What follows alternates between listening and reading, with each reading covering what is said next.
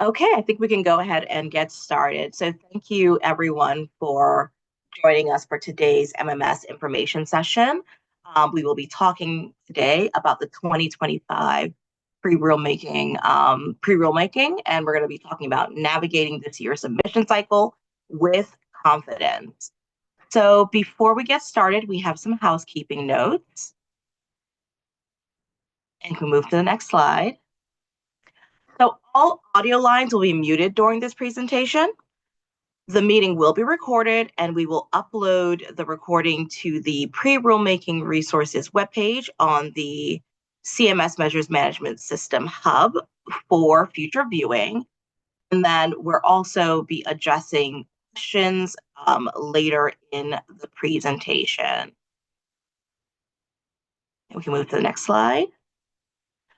So to ask questions, you'll see on the bottom ribbon in your Zoom window, there is the Zoom Q&A function. So all you need to do is click on that. You can type your question into the question box and press send to submit. Next slide, please. So for today's agenda, we're going to be going over giving a quick overview of pre-rulemaking, and then we'll be providing some updates on the CMS merit tool. And so we'll be talking things like we'll go over updates for merit for 2025. We'll also be discussing the pre-rulemaking measure review or primer process.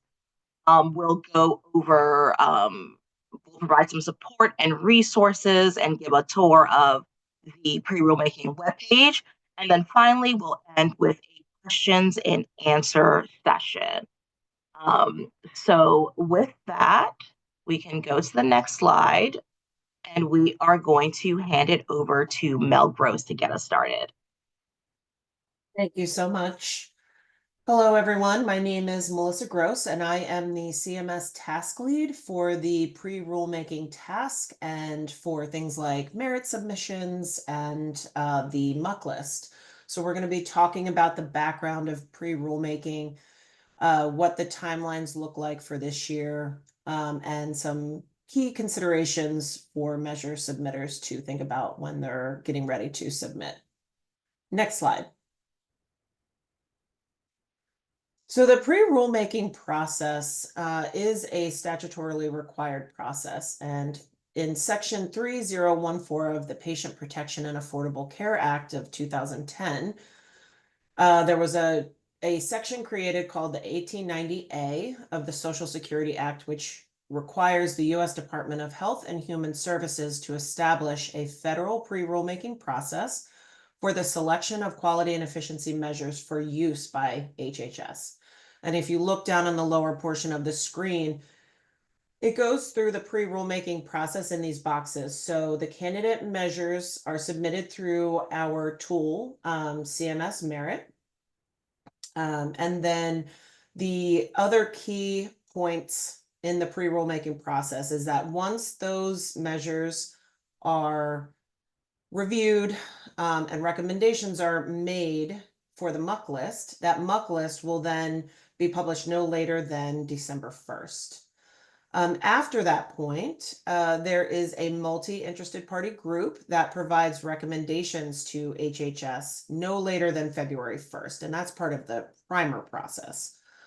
And then after that, depending on what happens, with the MUC list, and if a measure is implemented in a program, it goes through the rulemaking process. So Health and Human Services selects measures and publishes proposed and then final rules in the Federal Register. So there are steps after the pre-rulemaking process. Next slide. These are the programs that participate in the pre-rulemaking process for measure selection. I won't read through all of these, but these are the participating programs. And so you can just look through this for a moment just to get familiarized. Okay. Okay, next slide. So we have a couple of timeline slides. This one is a linear timeline. It makes it easier to kind of see the process. And then we'll show another version of that. So in the end of or late January, early February, the candidate measure submission period opens. And that means Merit, the tool, opens and measure submissions can begin to be submitted. And in the background, like today, we are doing education and outreach to make sure that the process is smooth for submitters. So we hold a couple webinars and info sessions to just help that process and get everybody kind of confident in submitting and using the Merit tool and understanding the process. In early May, the candidate measure submission period closes. And that's when the CMS programs that the measures have been submitted to review those candidate measures. That process goes all the way until early August or mid-August, and then we go through the clearance process where the MUC list gets reviewed in order to be published. That takes us all the way to December 1. After December 1, the primer process and the multi-interested party groups do their reviews, and that leads to the February 1 deadline of the final MUC recommendations being reported to HHS by Battelle or the PQM. And then again in late January, that process starts over again. So I'll just give you a second just to look back over this, just to reorient, and then we're going to go to another slide that just shows the cyclical process of this. Next slide. So this one is just a representation of the same thing, but just showing that it's as we're closing up and wrapping up that final portion of the MUC list being published and the primer or the pre-rulemaking measure review process is underway, that we are starting the process again the next year for the following cycle. Next slide. So again, some key important dates for the submission process. So for this year, for 2025, CMS Merit opened for measure submissions on February 5th. The closing date for CMS Merit will be May 1st. And then on December 1st, the MUC list, which is statutorily required to be published, will be published before or on December 1st. Next slide. Some key measure submission considerations. Measures currently used in CMS programs do not need to go through the MUC list again, except under the following conditions. A measure being expanded into another CMS program. Measures currently used in a program but underwent substantive changes. Measure specifications may change over time. If your measure has substantially changed, you should submit it again for consideration. And examples of those substantial changes could include the intent of the measure changes, the facility or setting changes, the data source changes, or the level of analysis changes. Next slide. So some other key selection considerations that you want to be mindful of is, does the submission align with the quality priorities of CMS?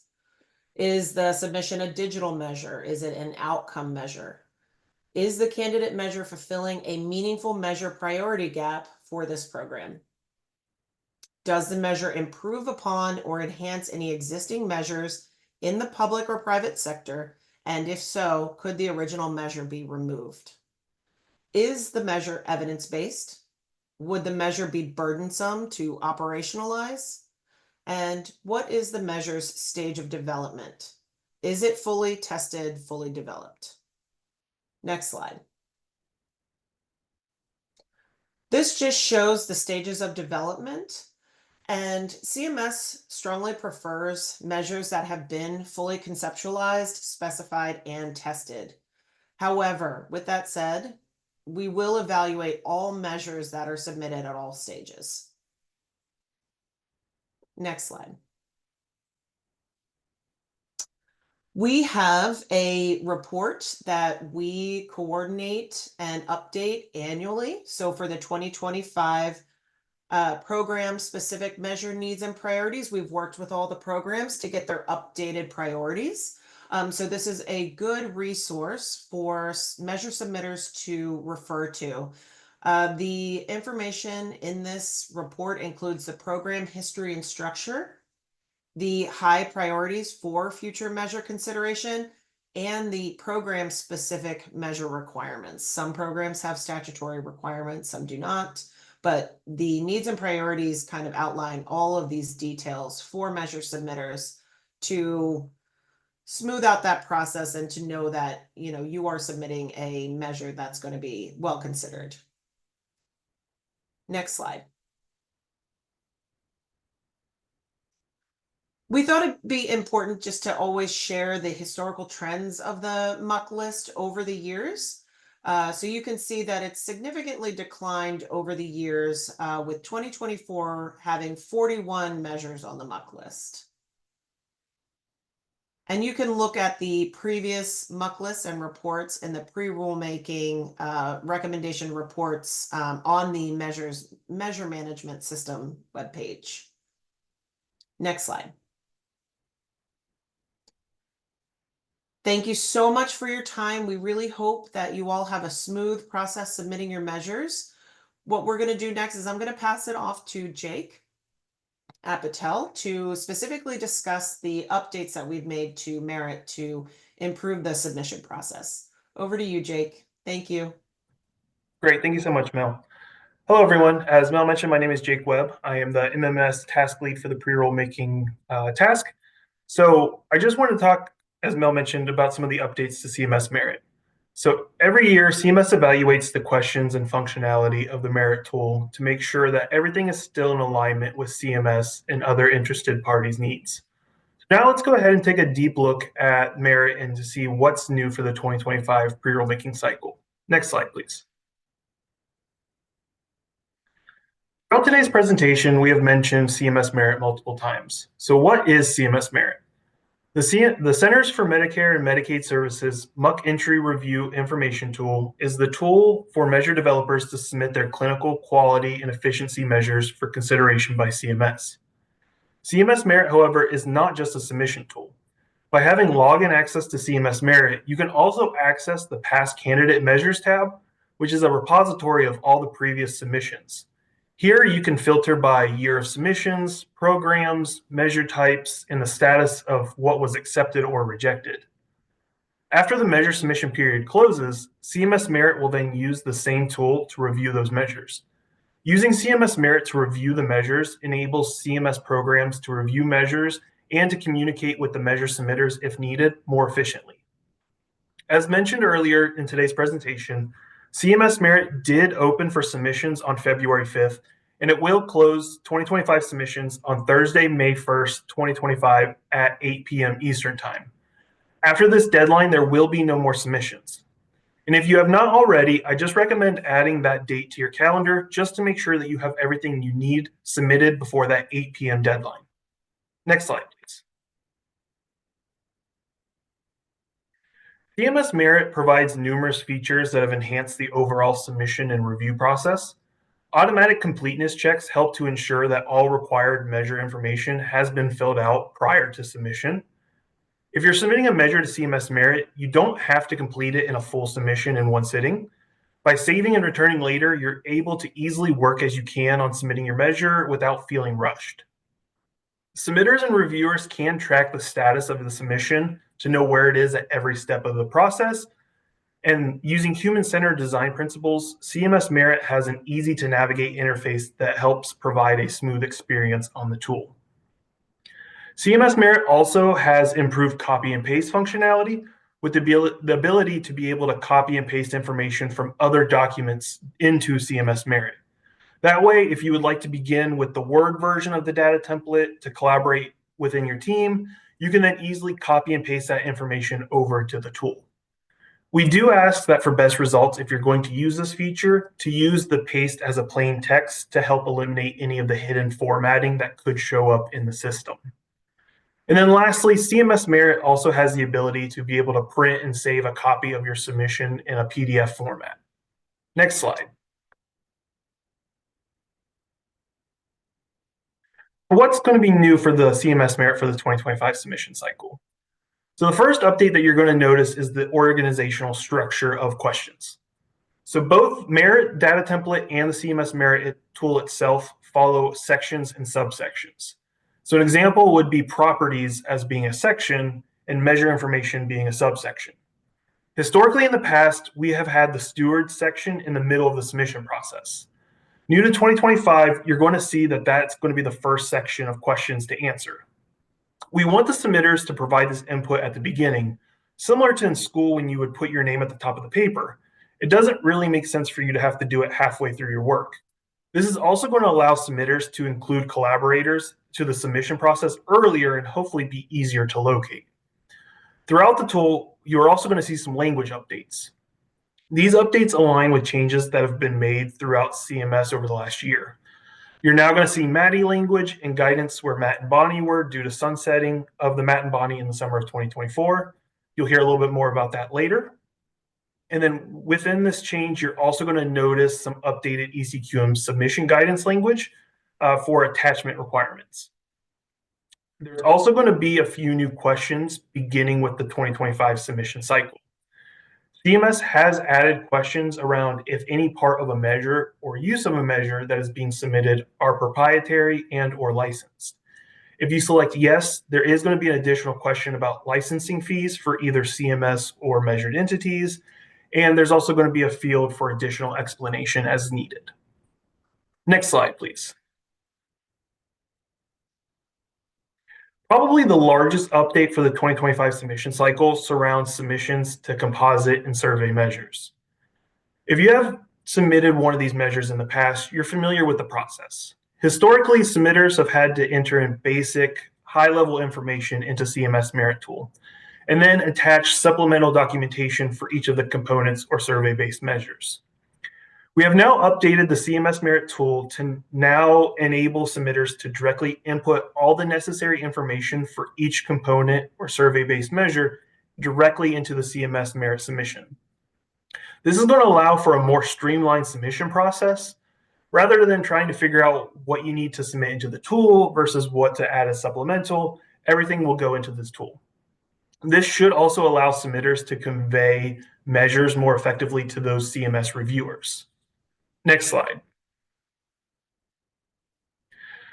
So in the next couple of slides, I just wanted to take a quick moment to talk through and show everyone at a really high level what this new process will look like. So the first step is to identify what your measure is. On the screen, you're going to see a screenshot of one of the questions that you'll see in CMS Merit. This question is asking if a measure is composite, survey, and or paired. This is not a new question. However, the new functionality of the tool is if you check either composite or survey, this will trigger in the system for tabs to appear at the top of the page. Next slide. The top image is showing a composite tab and also a adds new component or survey-based measure tab. The composite tab is where you're going to put all your general measure information, anything that's related to the full measure. You can then see in the second image below that you can then add in all the component or survey-based measures your submission would have. This is then where you're going to put all that individual information that's specific to that component or survey-based measure. Next slide. And then this slide is just showing you once you add in each of those new components or survey-based measures, what the tool will actually look like. It's going to look almost identical to what is shown in the composite tab or like just a normal submission. However, not every field is going to be required for components and survey-based measures. As you can see on the left-hand side, that there are some sections and subsections that are grayed out.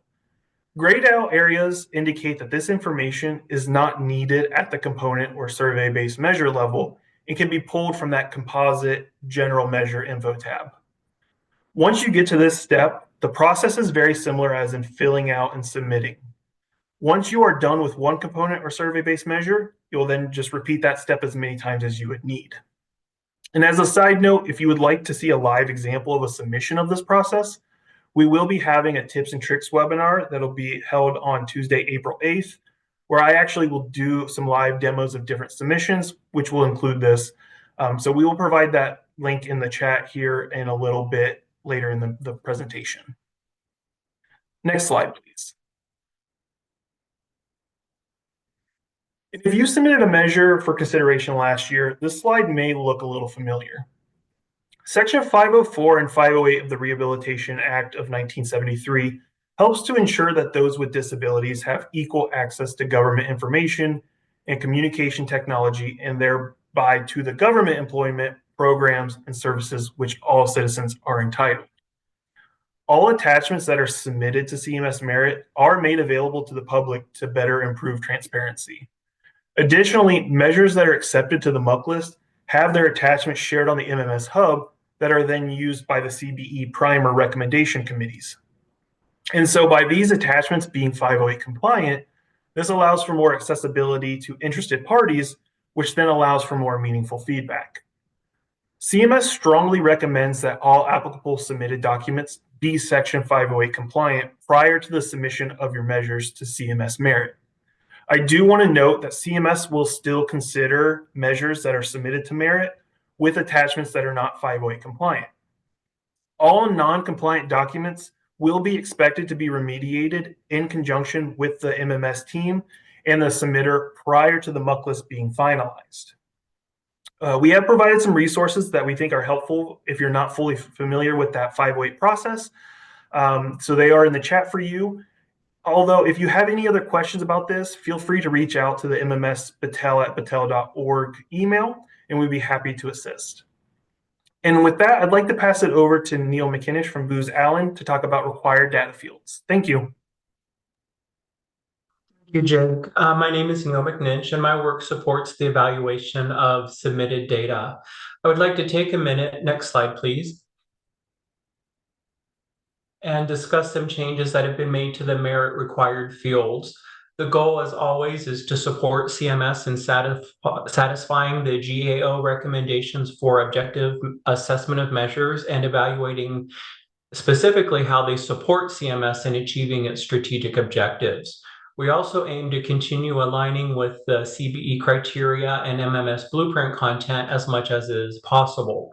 Finally, all changes are made with an eye towards reducing measure developer burden by improving flow and clarity wherever possible. To that end, we were able to streamline several questions this year. Next slide, please.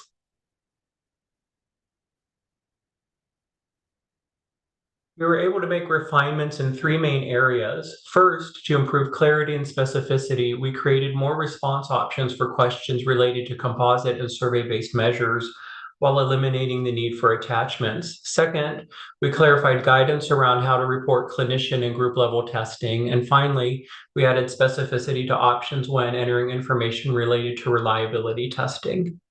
Next slide, please.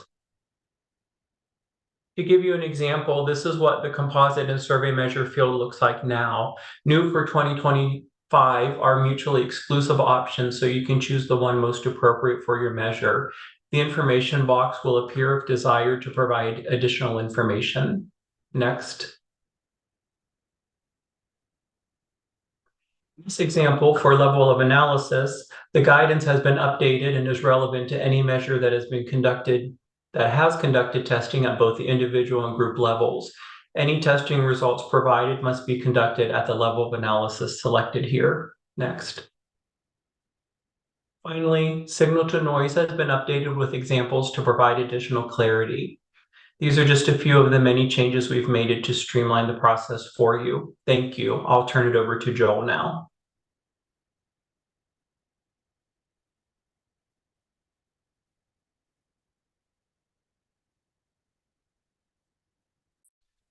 Apologies, helps if you get off of mute. Good morning, everyone. My name is Joel Andrus, and I'm the ECQM lead for the program. Can we move to the next slide, please? Thank you. Electronic clinical quality measures, or ECQMs, submitted for the consideration in CMS programs must be specified using ECQM standards and designated ECQM tools. In addition to completing the fields and merit required for all measures, CMS requests the following.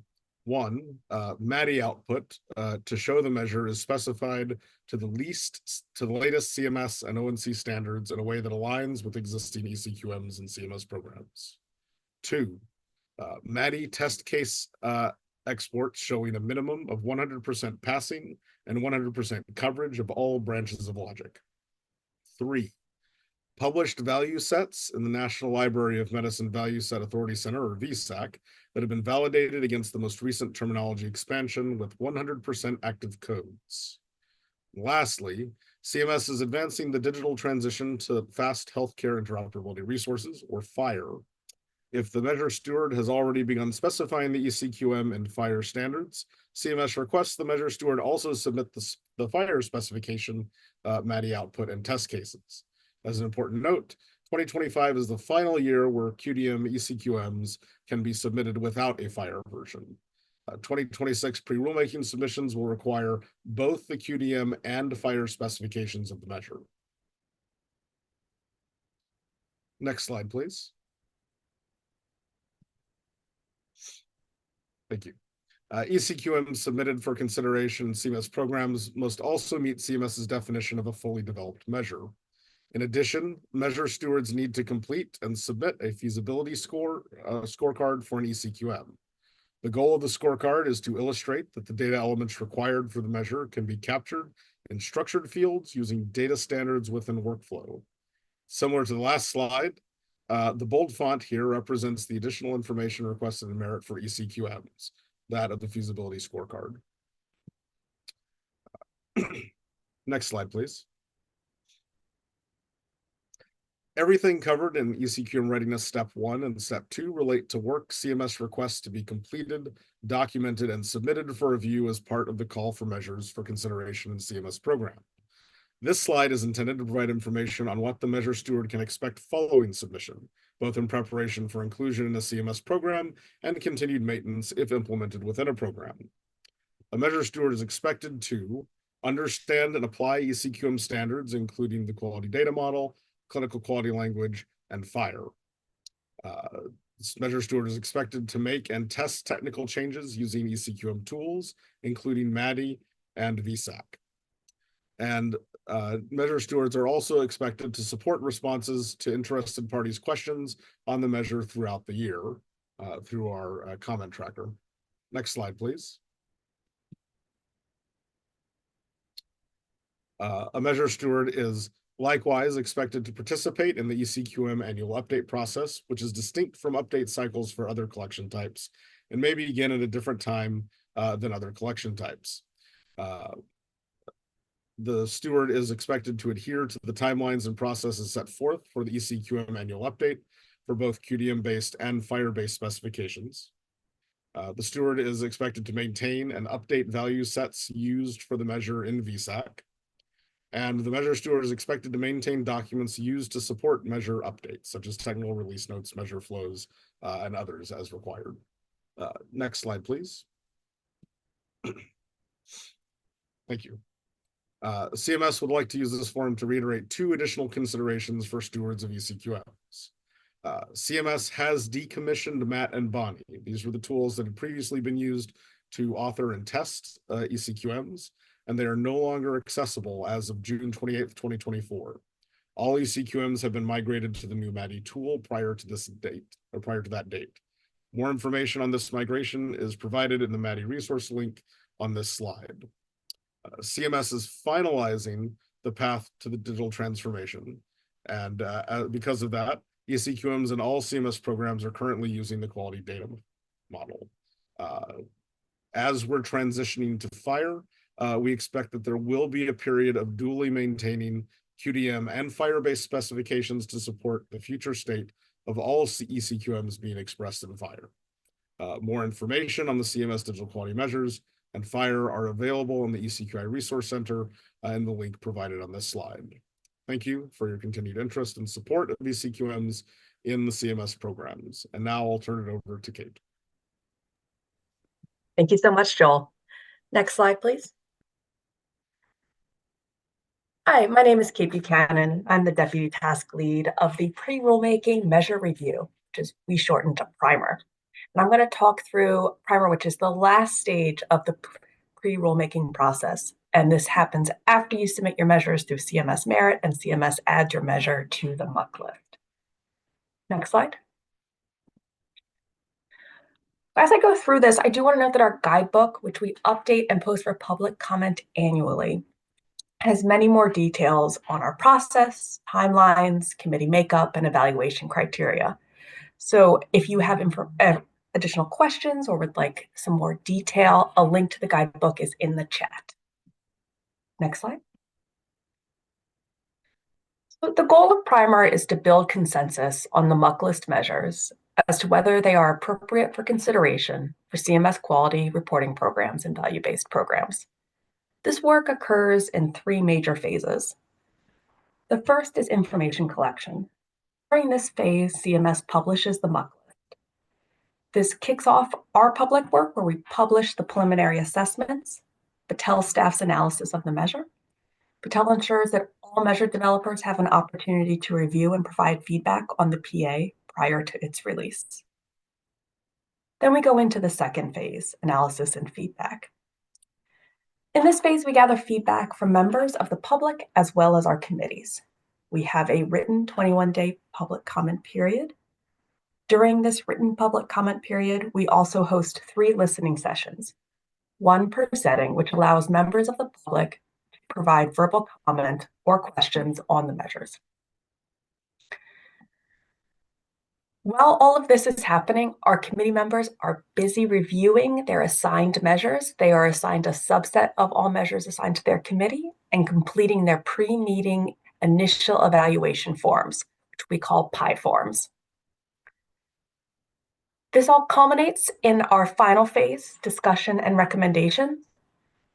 So at the top of the graphic, you can see we have 2 groups, the advisory group and the recommendation group.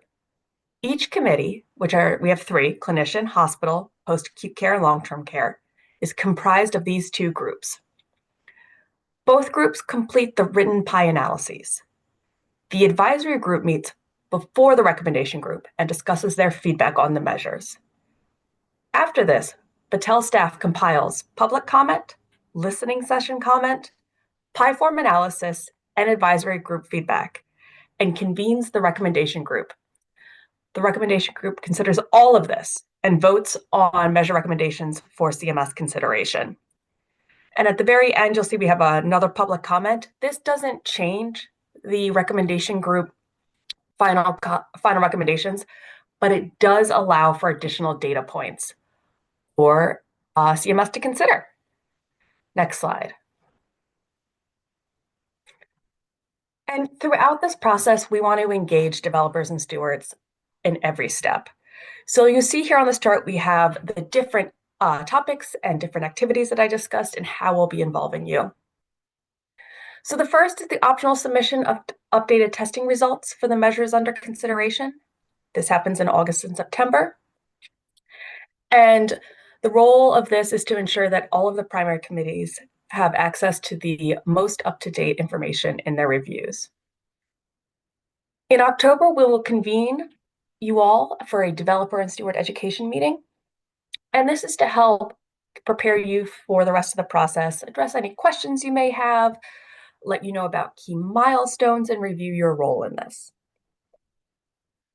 Around this time, we're also going to ask you to review the preliminary assessments. Now, this is to ensure accuracy of the measure information according to the PRIMER evaluation criteria. Now, we really want to ensure that we're all on the same page here. And if you have feedback, we want to incorporate it and ensure that you feel comfortable with what we're posting and we feel comfortable. Then, as I noted, we have the listening sessions, and this is the opportunity for spoken comment. We do ask that measure developers be on the line to answer any specific questions. I did mention the advisory group meetings. Now, this is more of a listen-only opportunity where you, as the developer and steward, do get to listen in on some of the public or some of the group discourse, but there is no opportunity for interaction with the advisory group. It's really just more of a listen and learn. And then as we do have our recommendation group, and here we also, similar to the listening sessions, ask you to be on to answer questions and provide clarification. We want to make sure that all of the committees have an accurate understanding of the measure prior to their vote. And with that, I'll turn it over to you, Jake. Great, thank you so much, Kate. So before we get to the Q&A, I just wanted to talk about some support and resources that you might find helpful as you're submitting your measures this year. So next slide, please. As I mentioned earlier in the webinar, we do have a Word version of the CMS Merit tool called the Merit Data Template, which is available to download, as well as a CMS Merit Quick Start Guide for submitters that are found on the CMS Merit login page. We will share that link with you in the chat. Additionally, as I mentioned earlier, we are going to be having a CMS Merit tips and tricks session on Tuesday, April 8th at 12 p.m. Eastern, where we will be doing a live demo walkthrough of the CMS Merit tool. This is a great webinar if this is maybe your first time submitting with CMS Merit, or maybe you just need a refresher. It also would be beneficial if this is your first time submitting a composite or survey measure and kind of seeing how that new process will look. If you can't attend, do not worry. We will be recording and posting it to the Pre-Rulemaking Resources tab on the MMS Hub shortly after the event. And the link to register should be in the chat as well. And then finally, if at any time during the process you have any questions, please reach out to us at mmssupport@battelle.org. So now I really quickly just want to transition to a brief screen sharing tour, just to go over a couple of the resources that we've talked about today, and then we'll end with the Q&A. So let me share my screen really quickly.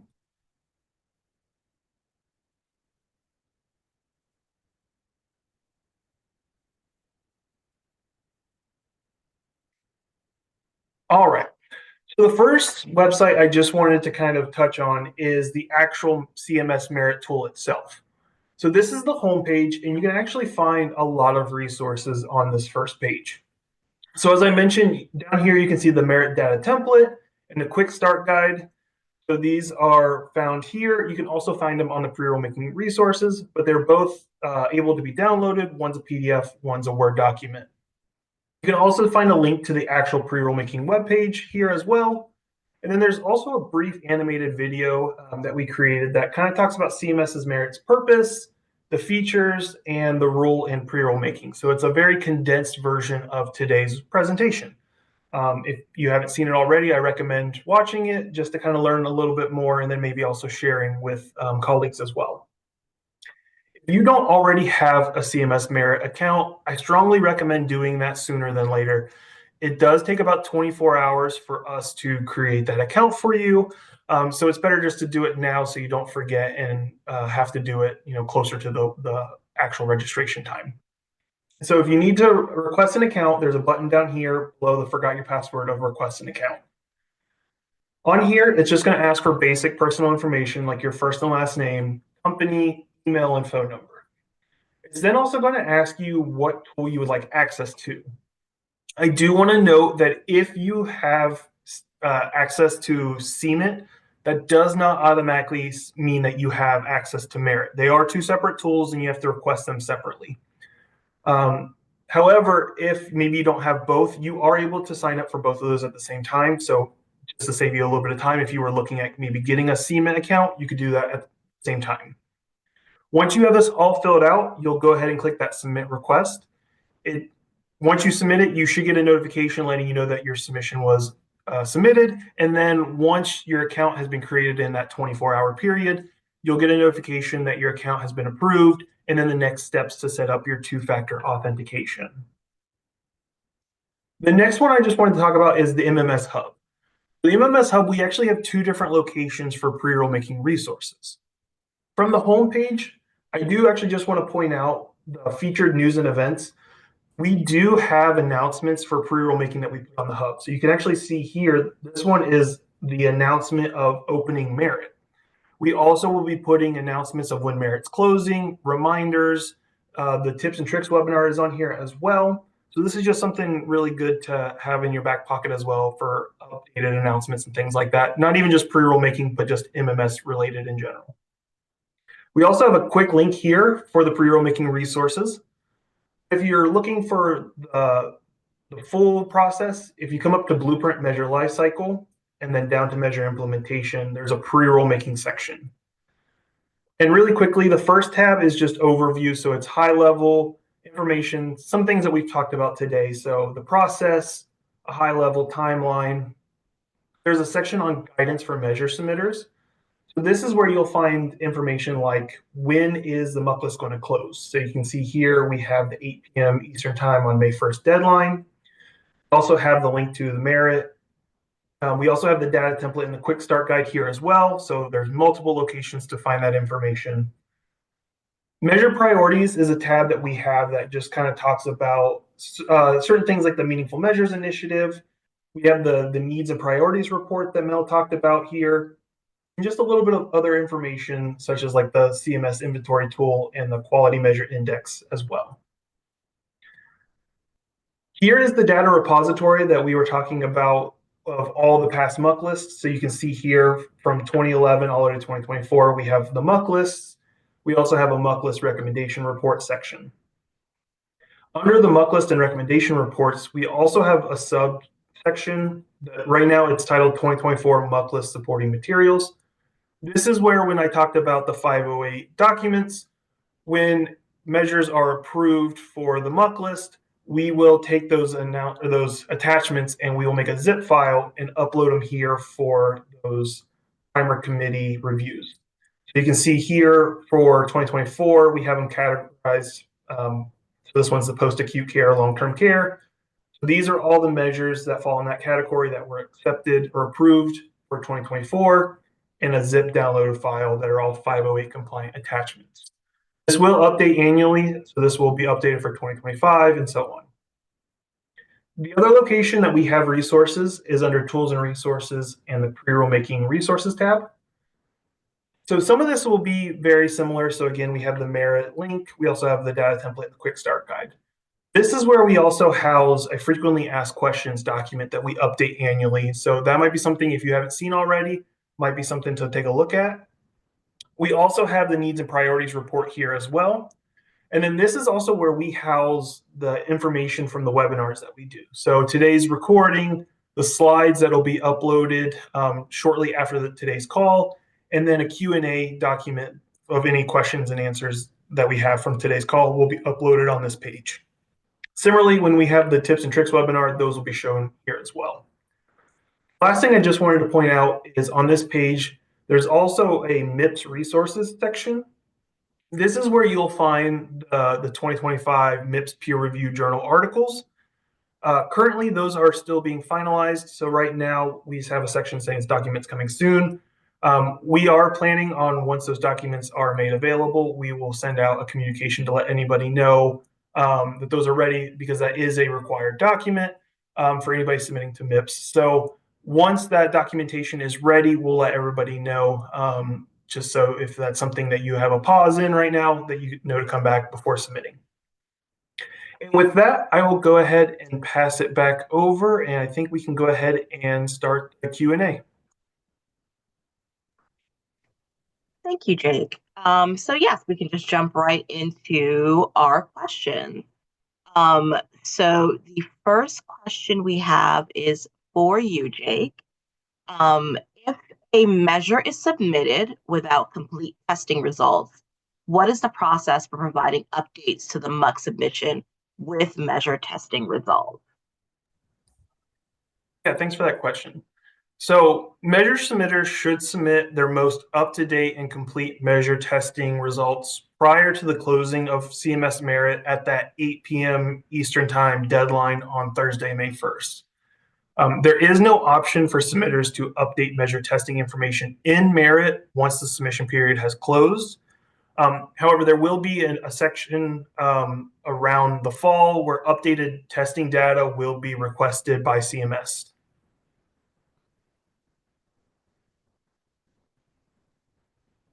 Okay, great. Thank you. Our next question, I think, Kate, you can take this one.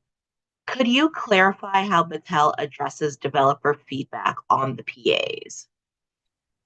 Yeah. So what I want to emphasize is that we aren't trying to catch anyone out. We want to collaborate with developers so that the most accurate review of the measure is presented. To that end, we will make changes that align with the spirit of the PA and are backed by evidence. If it's a revision that doesn't have evidence or goes against something that maybe the MUC list or CMS guidance had, we will communicate that back. Also, if there's, if people would like to have a call to discuss some of their feedback, we are happy to do that.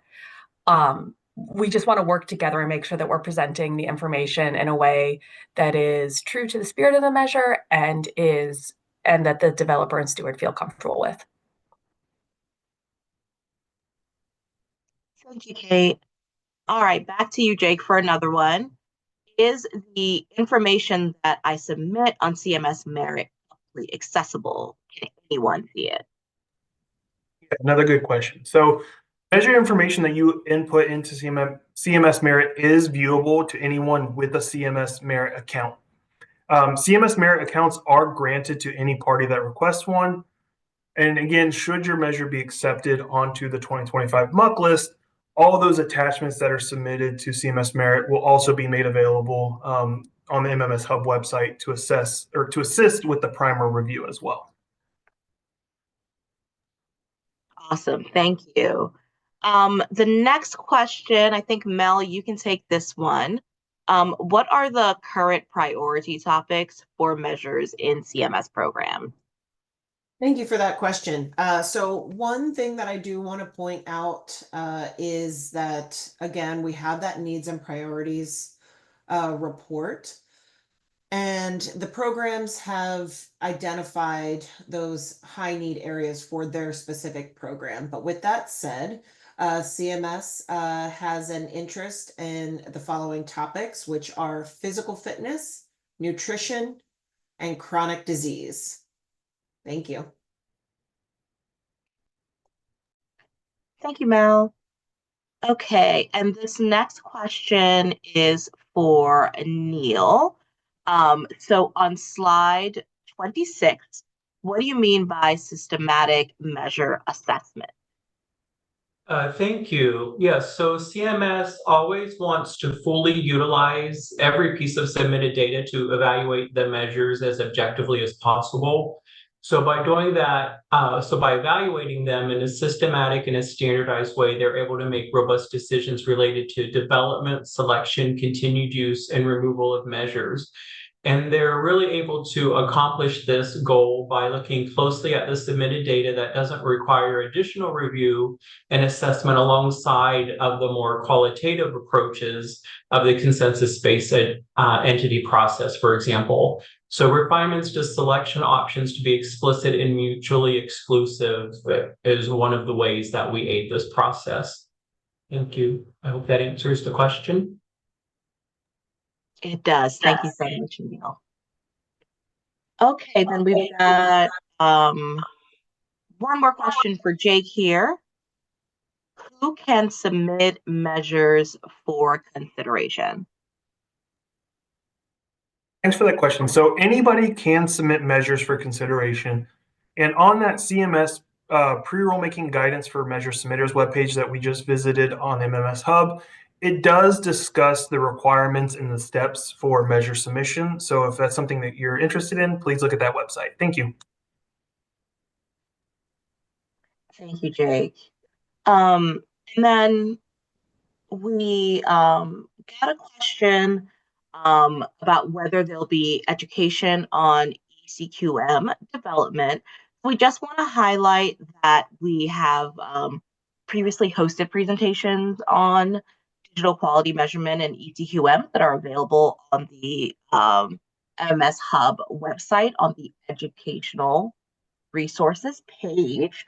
And just a reminder that this webinar and lots of other helpful measure development resources are available on the MMS Hub. And we always welcome ideas for future webinars or resources. So if there's anything in particular that you're interested in, please be sure to email us at mmssupport@battelle.org with your ideas.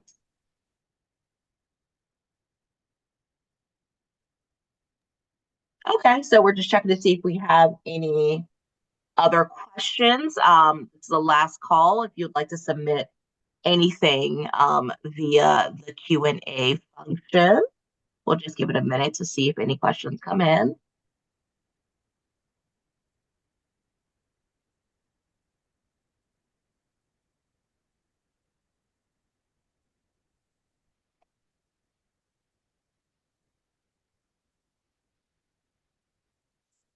Okay, not seeing any new questions. So with that, thank you so much for attending today's information session, and the recording will be made available on the MMS Hub. Thank you very much.